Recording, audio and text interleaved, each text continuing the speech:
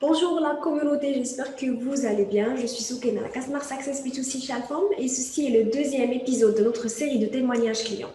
Aujourd'hui, nous allons rencontrer Sébastien qui est un expert en cybersécurité et qui va nous raconter son histoire intéressante et nous expliquer comment il a pu quitter le salarial et devenir entrepreneur et travailler pour son propre compte.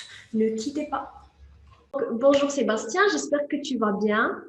Je te remercie tout d'abord d'avoir accepté notre invitation. Ça a été vraiment un plaisir de te connaître. On va commencer toujours par la question traditionnelle, qui est Sébastien? Alors moi, je suis un passionné de nouvelles technologies depuis l'école primaire. C'est avec mon premier ordinateur en fait, que j'ai commencé à programmer en basique. J'ai ensuite évolué vers les langages objets, le Java, les langages de script. Bon, puis dans la foulée, j'ai découvert aussi Linux, qui a été mon premier coup de cœur.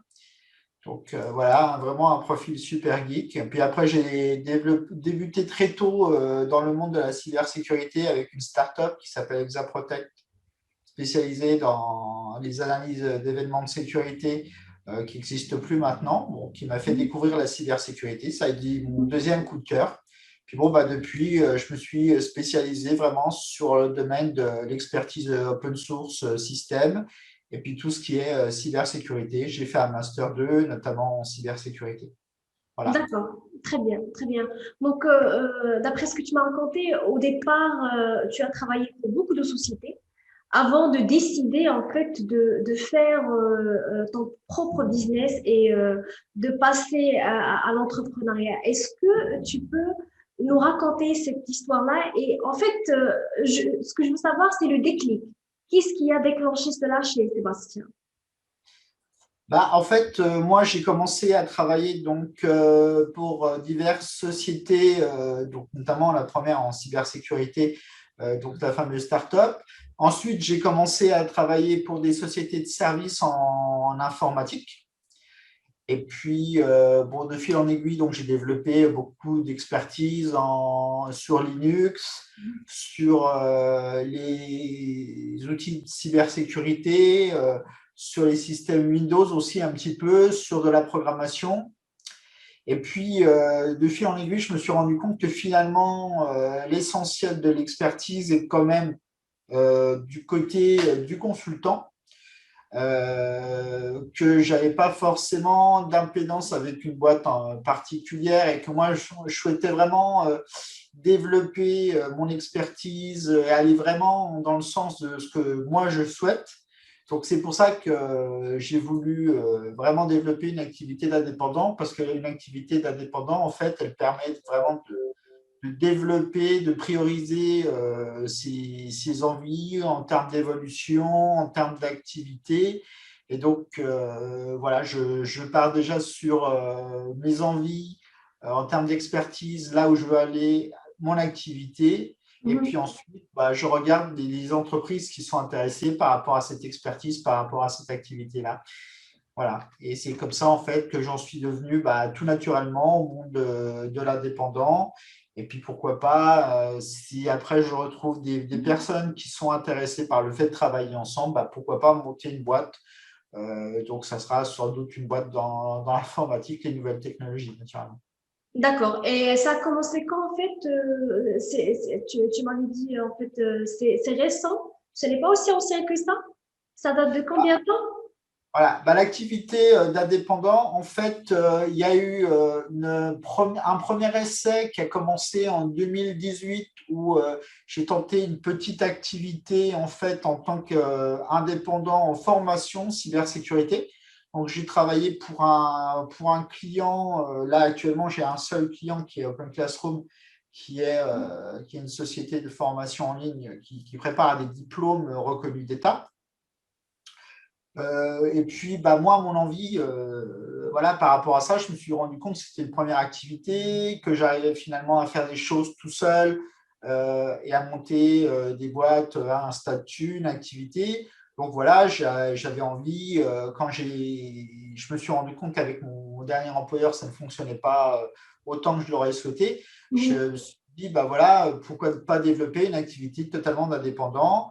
Et puis, avec cette activité d'indépendant, bon, bah, voilà, essayer de rentrer dans la mouvance du marché, essayer de développer une expertise en cybersécurité qui soit dans les envies, dans les besoins des sociétés actuellement. Voilà, D'accord. donc c'est assez récent.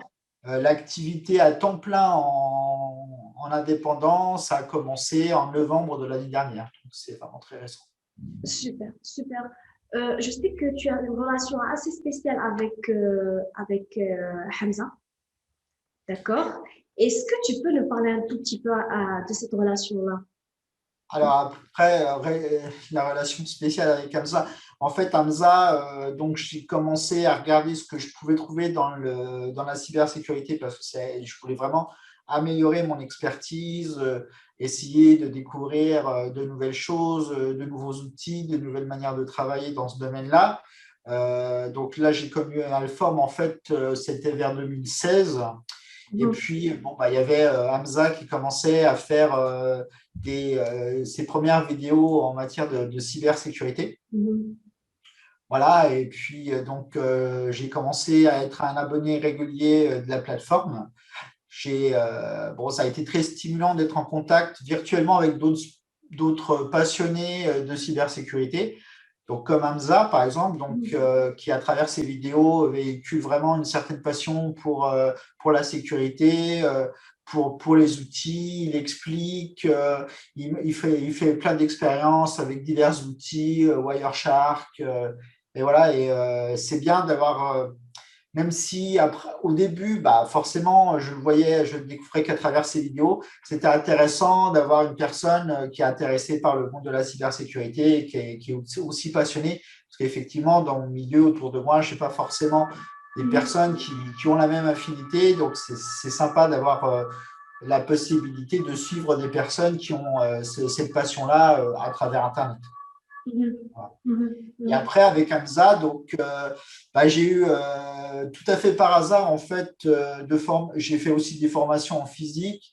Et en fait, via une société de formation sur Nancy, donc là où j'habite, en fait, j'ai découvert physiquement que la formation, elle était faite avec Hamza. Donc, Hamza est venu faire une formation sur Nancy. Et j'ai dit, ah, je te connais, je te suis sur la plateforme Alform.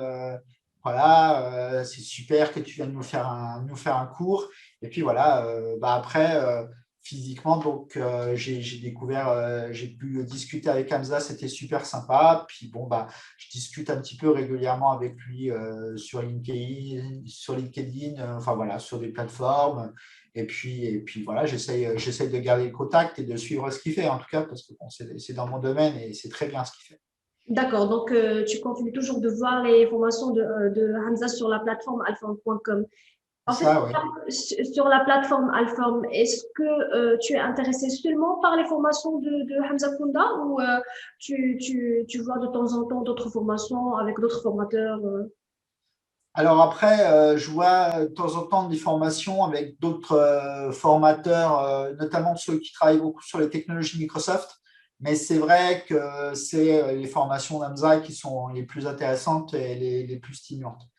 Après, il y aurait la possibilité de faire plein de choses intéressantes avec Alform. Mais c'est Mhm, vrai que en dehors de la cybersécurité, les trucs qui m'intéressent sont vraiment des outils qui sont assez spécifiques et qui ne mhm. sont pas forcément des outils qui sont sur la plateforme, et c'est bien dommage. D'accord, d'accord. Ce qui était en fait le premier déclic qui a déclenché en fait ton abonnement chez Alform, c'était en fait la langue.